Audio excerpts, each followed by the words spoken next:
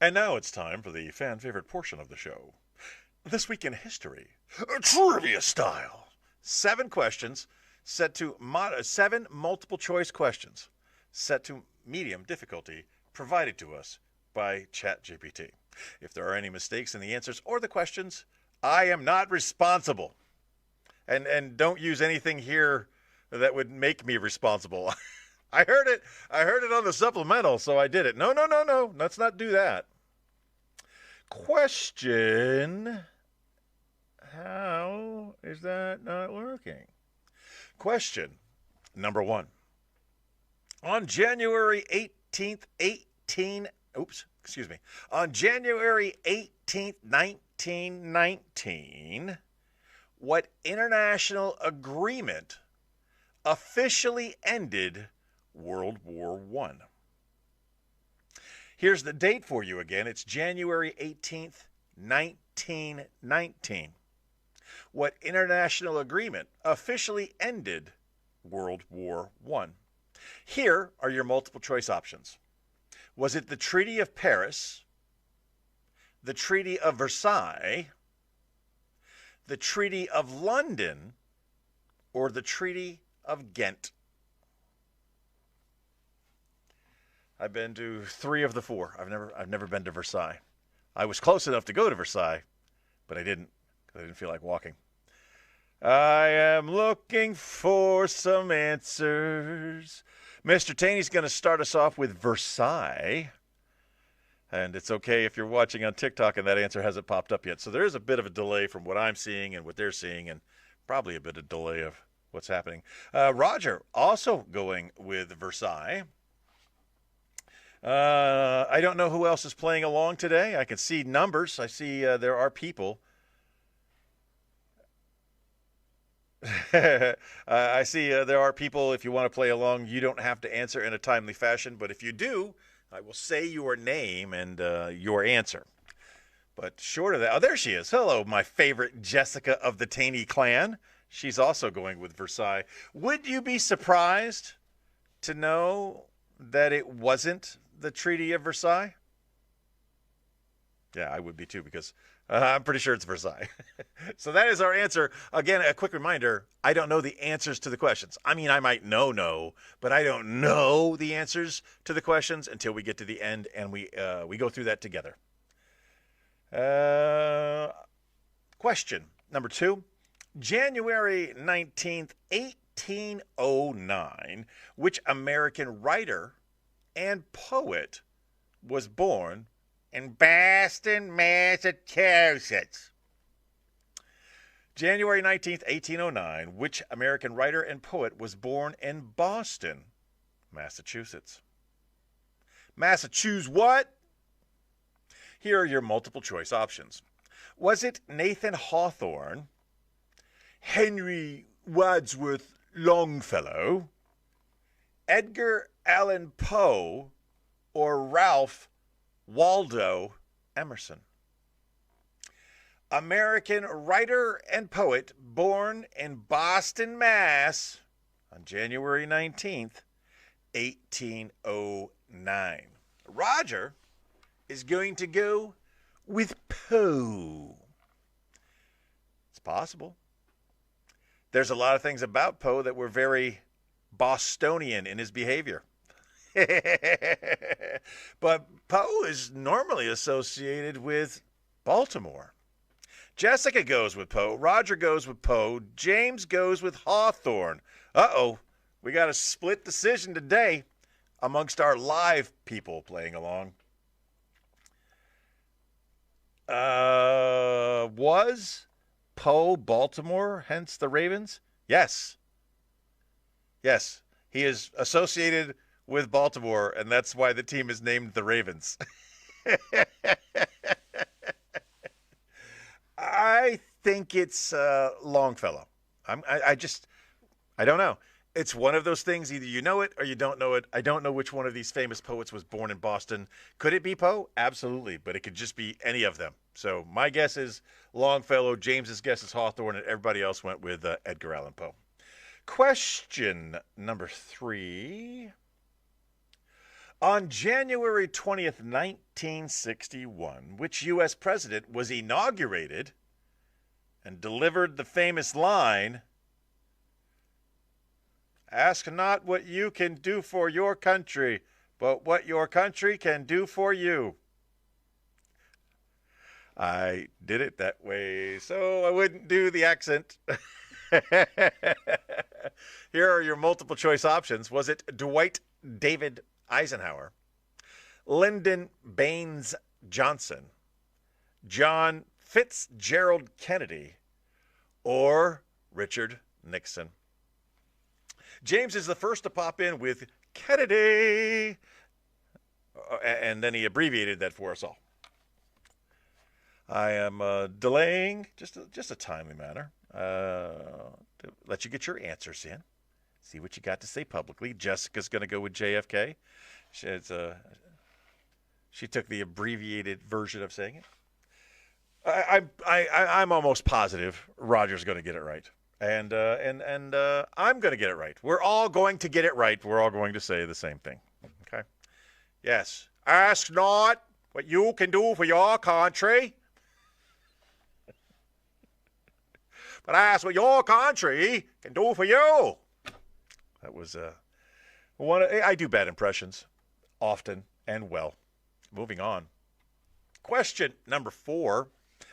On January 21st, I'm taking away points because you didn't capitalize properly. I'm just kidding, man. On January 21st, 1954, which nuclear-powered submarine was launched?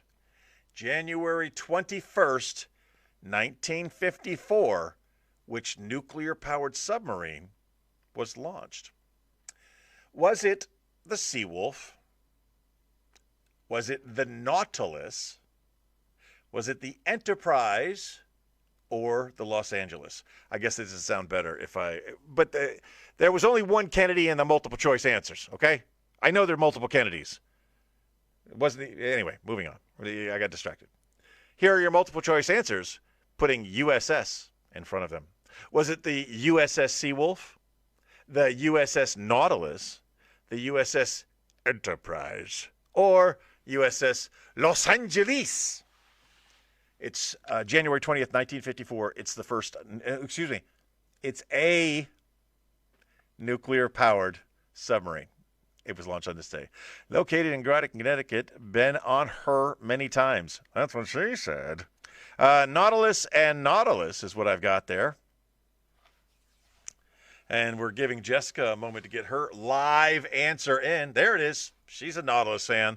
You know why? Because the answer's Nautilus. Seawolf, man, that wasn't even close. USS Enterprise was only done for Star Trek geeks. And USS Los Angeles, well, that's a shitty boat. That's a bad boat. Sorry. Sorry, I just, right. Question number 5. On January 22nd, 1973, which U.S. Supreme Court decision was issued?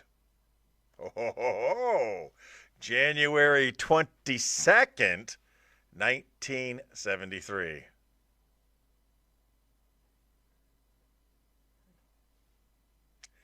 Was it Miranda v. Arizona, Brown v. Board of Education, Roe v. Wade, or Gideon v.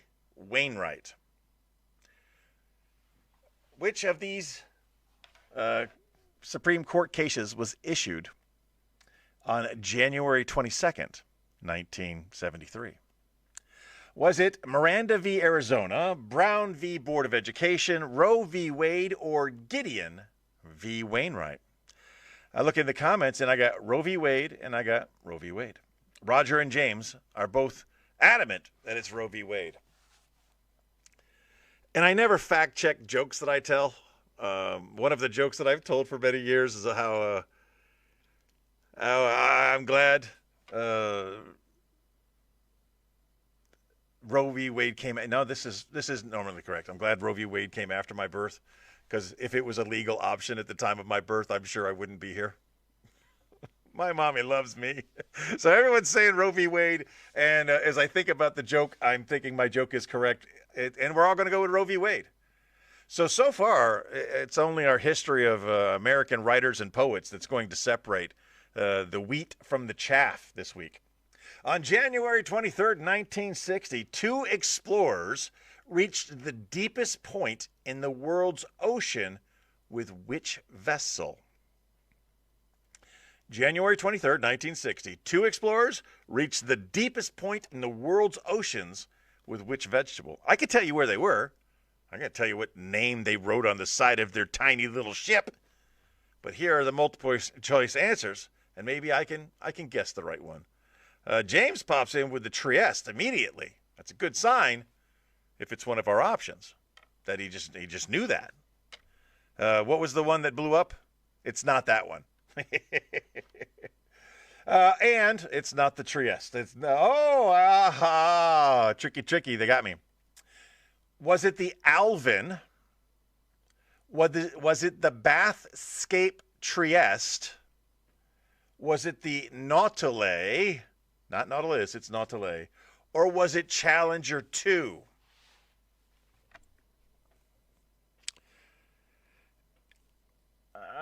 As Bathscape Trieste, especially with James jumping in early with Trieste, that makes so much sense. But for some reason, and I think I always question this, why would they name the first thing to do this thing that? And it was Challenger 2.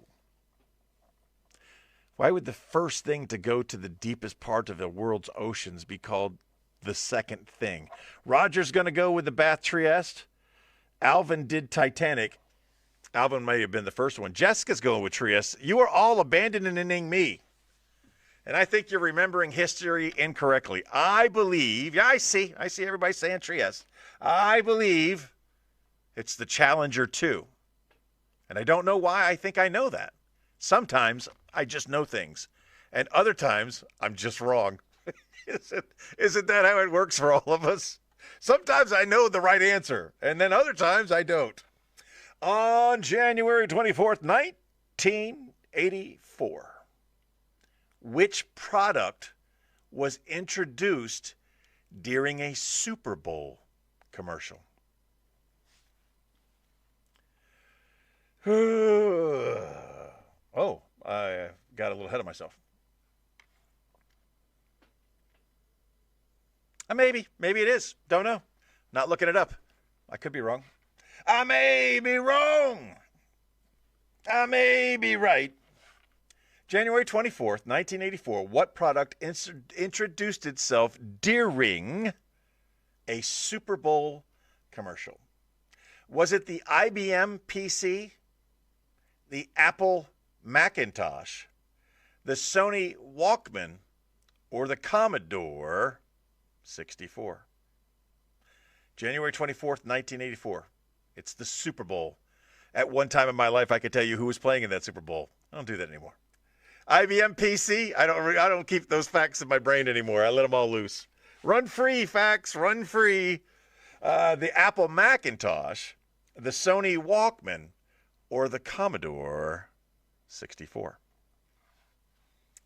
That's it. That's our last question of the day. As I slowly await your answers, I am going to just do a quick web search. Walkman in the Bears refrigerator. And Apple Mac says Roger. Walkman says James. Jessica's pending an answer. Challenger 2. Apple Mac.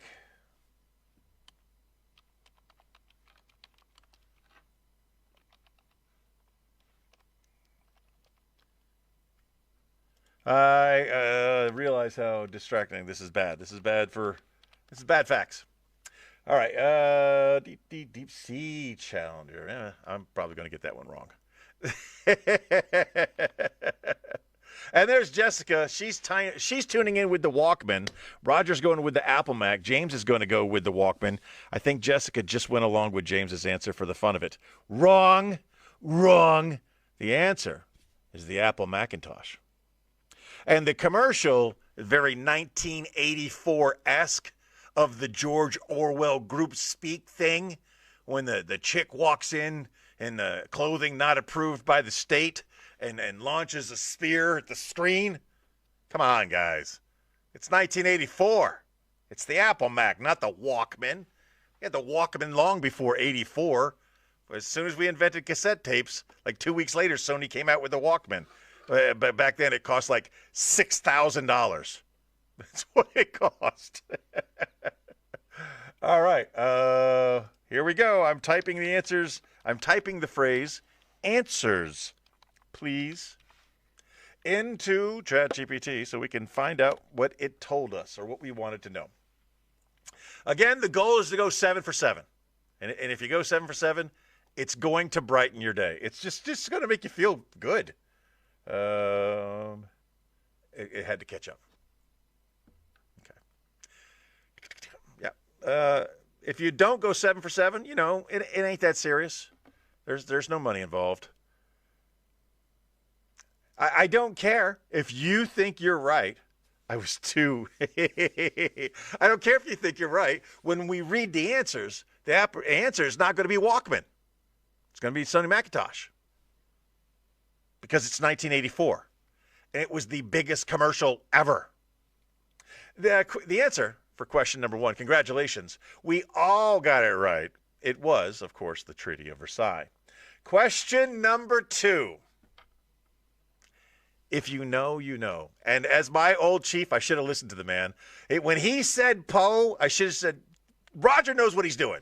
I'm going with Poe. But no, I had to be different. Edgar Allan Poe was born in Boston. A new fact I will never forget. And remember when I said because his behavior was very Bostony? It all makes sense now. Question number 3, of course, we all got it right, was John F. Kennedy. Question number 4 was U.S. Nautilus. Question number 5 was Roe v. Wade. Question number 6 was the Trieste. Good job, Mr. Taney, knowing information before the multiple choices were offered. And I should have listened to you. But you weren't my old chief, and I doubt everything you've ever told me. Finally, question number 7. As the 2 oldest guys in the room know, it was the Apple Macintosh, without a doubt. And if you've never seen that commercial, I highly recommend you go back in time on YouTube and look at the Apple Macintosh 1984 Super Bowl commercial.